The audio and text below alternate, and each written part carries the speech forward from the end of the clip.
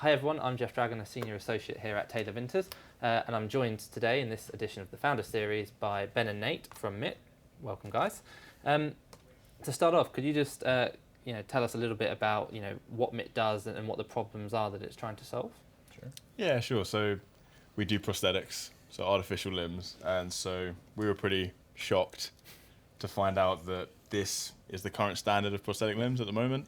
So this was literally designed in 1945, hasn't changed since, and you can kind of imagine the kind of problems that people have with this in that it's really uncomfortable to wear, it's really hard to use, it's really heavy, this doesn't do very much on the end here, and they're bafflingly expensive.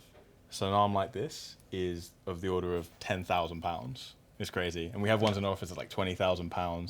And the articulated hands that you see are like £60,000 to £80,000. So we just sort of thought it was kind of crazy, and just started by speaking to people with limb loss, users with limb loss who use prosthetics, asked them what they want, and so we sort of redesigned a new type of prosthetic. What people said they wanted was something that's comfortable, easy to put on, and actually functional. So with that hook, you can see it's not going to do anything great. Yeah. Instead, we look at it more like specific tools designed for whatever task people want to do, whether that's writing, eating, skipping rope, whatever sports, just really asking them what is it you want to do. And then looking at more like clothing with the flexible interface where users can fit it to themselves, where they don't have to go through their clinician, and that makes it 100 times cheaper than these technologies. And so in terms of trying to create a product like that which you've just described and trying to keep the costs low and accessible for a wider kind of user base, what have been the biggest challenges that you've faced since kind of starting up? Well, I mean, so we're quite fortunate. So it's kind of product that it's very simple in its outset, and the benefit of that is that it's very easy for us to make, and it's very affordable just by nature. But the way we got to that was first and foremost just talking to people who are in it. So the sort of state of the art would tell us that it needs to be more advanced, it needs more technology, it needs to be linked into your nerves, it needs to control drones, all kind of crazy stuff. But when you ask people who actually use these kind of things, what they ask for is very simple. And like we said, like, just make something comfortable. And then by just being humble and listening to that and be like, okay, what's the simplest way we can achieve that? We ended up by accident to a solution that's drastically different, but just by virtue of that happens to be really beneficial. And so it's a tough challenge to look at prosthetics, something, we're not clinicians, but the way we overcome that was just by, okay, let's strip back everything that we're hearing and just ask the person who's using it what's best for you, and working from there. Yeah, and with that, it's not just talking to users, it's talking to people in different industries, whether it's fashion, sportswear manufacturing, all sorts of clothing, shoes, even the high-tech stuff, all the 3D printing, and figuring out what processes can we take from all of those industries and bring it into ours. Because we're not inventing anything new, we're combining other processes for a new goal. And that makes it much more scalable and affordable.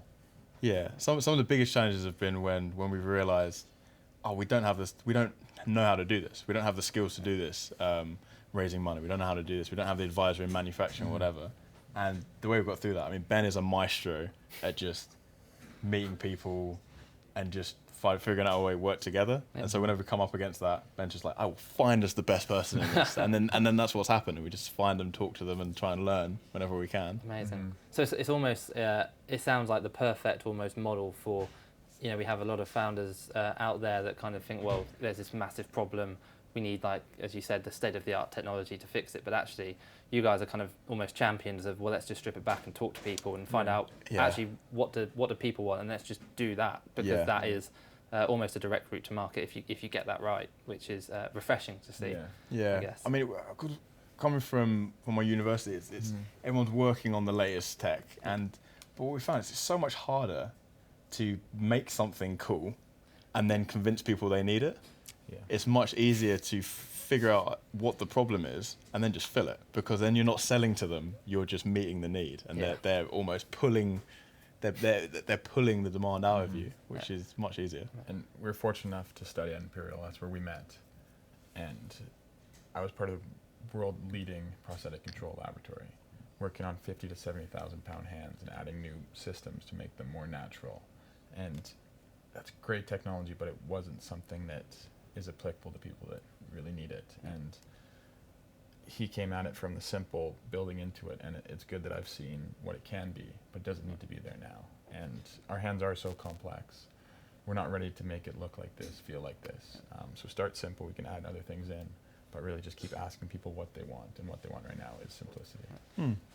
And you know, your technology, it has and your arms and your prosthetics, they have the ability to really change someone's life for the better. So have you seen that in your use cases so far? Have you had, you know, the positive feedback from those types of customers and clients? Yeah, I mean that's the stuff that gets us up and brings us to work at 8 in the morning, and why we stay till 2 in the morning. It's like I mean the first arm we made was a really basic one.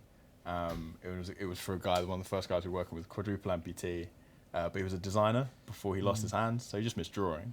We made a really simple arm. First thing he did was pick it up, pop it on, and start writing his name, which he hadn't done in like 6 years.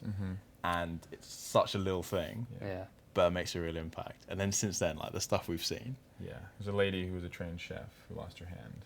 I think we each spent 4 or 5 hours in her kitchen on different days, just watching her cut radishes and tomatoes, and losing our mind about it. Keeps cutting them, and I'm like, yeah, it's working. Just keeps. Can I cut this? I can't cut this, and we're like, oh my god, this is really. It's nice because it makes you reassess what you take for granted, and just it's really fulfilling to work. And seeing them, it makes us realize people are waiting.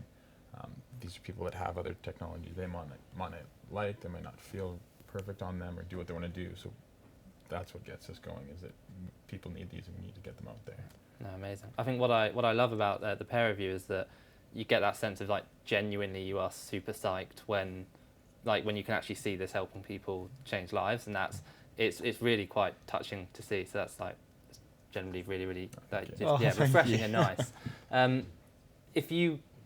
If you could give yourselves one piece of advice, like when you were starting out, so you've just met at Imperial, you know, your time travelled back then, what would you say to yourselves looking back, kind of starting out on the journey to entrepreneurship? It wasn't too long ago. We've only been going at full time for 8 months now, but we've learned so much in that year. And anything we didn't know, we went out in London, around the UK, conferences around Europe, and asked people, and found people that knew either the industry, the process better than us, or advisors, mentors that liked the story and wanted to help. So it took a while to get comfortable with going out and meeting people, telling the story, but we've never been turned away. People say, oh, that's not my industry, but I'll introduce you to this guy who might know someone, and just continually connecting in, and that's why London is amazing for that, because they have everyone you need here, but you just have to find them and be persistent to get out there and meet them. Definitely, and I think from my point of view, I would definitely, because I'm an engineer, we're both engineers, and so I would say me a year ago, I'll tell him like, look, it's not, it's kind of going back on what I said earlier, but it's not just the product. There's a business, honestly, the amount of time we spend on the product, maybe 5% of the actual time. It's like there's so much stuff around it that you need to value as much as the product.